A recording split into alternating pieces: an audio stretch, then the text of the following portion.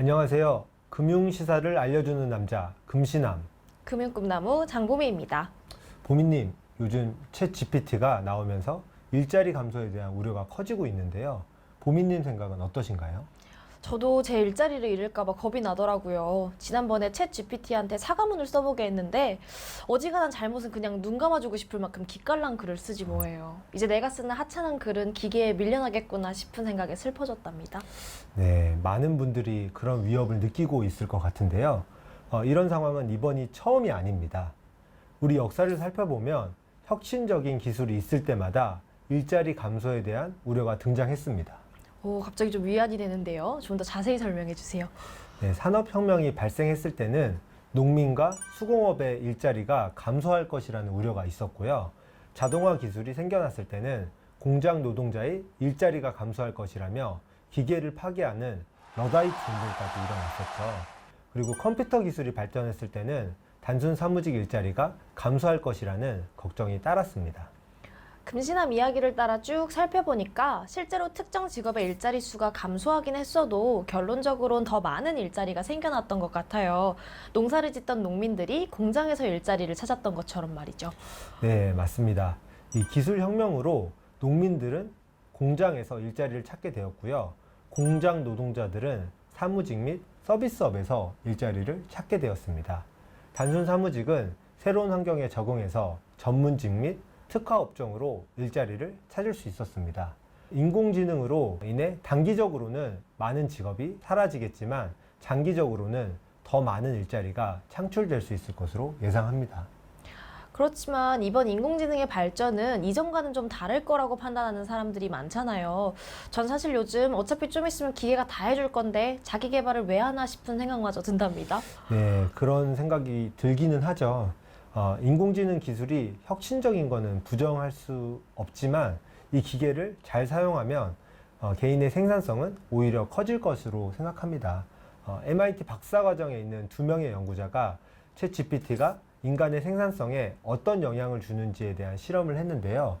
이 연구자들은 A, B 두 그룹으로 나눠서 A그룹에게는 챗 GPT에 대한 교육 없이 과제를 수행하게 했고요. B그룹에는 챗 GPT 교육을 실시한 뒤에 과제를 수행하도록 했습니다.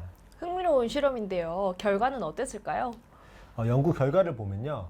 B그룹은 A그룹 대비 일하는 시간을 무려 37% 단축하면서도 A그룹보다 더 우수한 과제를 수행했다고 합니다. 이 실험은 챗 GPT를 잘 다룰 줄 아는 인간은 일자리를 뺏기는 것이 아니라 이를 이용해서 더 효율적으로 일할 수 있게 된다는 것을 보여줍니다. 그나마 좀 위로가 되네요. 그치만 금시남도 단기적으로는 일자리 감소에 영향을 줄 수 있다고 말씀하셨잖아요. 저는 널리 보는 시야를 갖지 못한 인간인지라 당장 타격을 받을 직종이 좀 궁금합니다. 이 인공지능이 가장 위협적으로 다가올 직업은 어떤 것들일까요?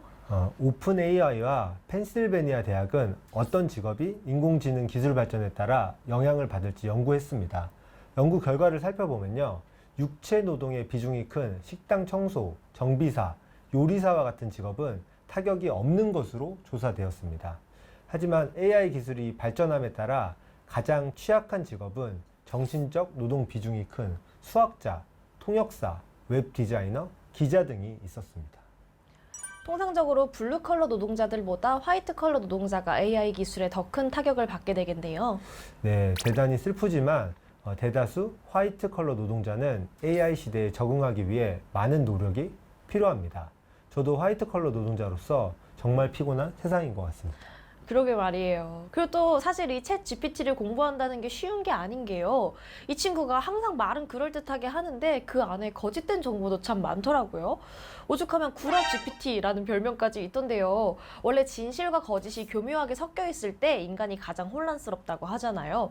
그럼에도 불구하고 이 친구를 이용하는 게 정말 도움이 되는 게 맞나요? 저 역시 챗 GPT의 정보를 믿고 보고서를 쓰다가 급하게 오류를 발견해서 보고서를 고친 적이 있습니다. 아직까지 GPT를 믿고 공식적인 보고서를 써서는 안 될 것 같은데요. 챗 GPT가 정확한 정보를 주지 못한다는 비판에 대해 비즈니스용 AI 애플리케이션을 개발하는 파운드리 AI 대표는 대규모 언어 모델이 하려는 것은 정답을 제공하는 것이 아니라 만족스러운 답변을 제공하는 것입니다라고 말했습니다. 즉, 챗GPT는 컴퓨터처럼 맞다 틀리다를 이야기하는 것이 아니라 어떤 사안에 대해서 인간처럼 생각하며 질문자가 좋아하는 대답을 찾아준다는 의미입니다.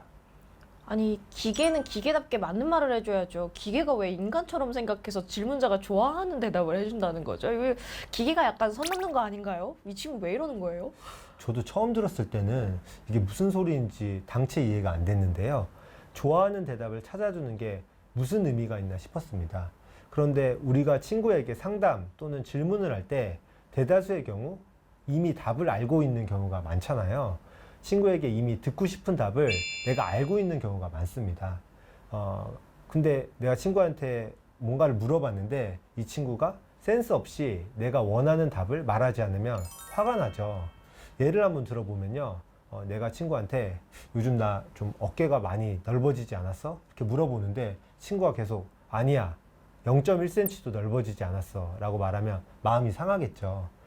이 질문의 취지를 생각해서 이미 마음속에 있는 답으로 인도하는 역할을 한다고 생각해 보면 챗 GPT의 역할에서 효용을 찾아볼 수 있을 것 같습니다. 듣고 보니 맞는 말이긴 하지만요. 기계에게 마음에 있는 답으로 인도하는 역할까지 기대하는 사람들이 과연 많을까요? 저는 아직 설득이 안 된 것 같아요. 네, 저도 좀 그렇게 생각하는 편인데요. 하지만 우리가 사는 세상은 참과 거짓, 이분법으로 명확히 나눌 수가 없죠. 세상 자체가 흑과 백으로 명확히 말할 수 없는 게 많기 때문에 챗 GPT가 사실만 대답하길 바라는 것도 무리가 있는 것이라고 생각합니다.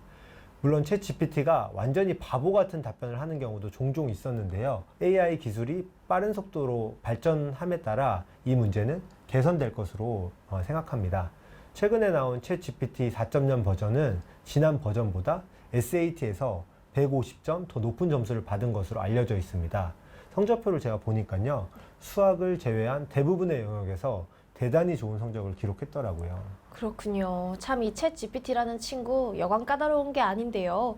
그래도 인공기술은 계속 발전할 테니까 지금부터라도 친하게 지내는 방법을 고민해야겠어요. 네, 맞습니다. 중요한 포인트를 지적해 주신 것 같은데요. 우리가 좋든 싫든 AI 기술은 계속 발전할 것입니다. 하지만 이 발전은 지금까지의 역사가 그랬듯 인간의 설 곳을 빼앗는 것이 아니라 더 많은 자리를 만들 것입니다. 토론토 대학의 AI 전문가이자 경제학자인 조시아는 기술적 변화는 업무에서 부족한 것을 풍부한 것으로 변화시키고 그 과정에서 일에서 진정으로 중요한 가치가 무엇인지 보여줍니다. 라고 말했습니다. 예를 들어 보면요.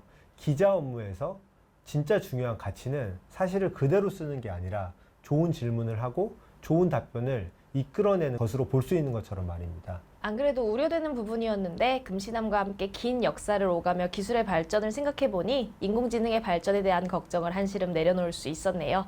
오늘은 무섭게 발전하는 인공지능으로 우리의 일자리가 사라지게 될 것인가를 두고 이야기 나눠봤습니다. 오늘의 주제가 도움이 되셨다면 앞으로도 많은 관심 부탁드리겠습니다. 네, 지금까지 금융시사를 알려주는 남자 금신함 금융꿈나무 장봄이었습니다. 감사합니다. 감사합니다.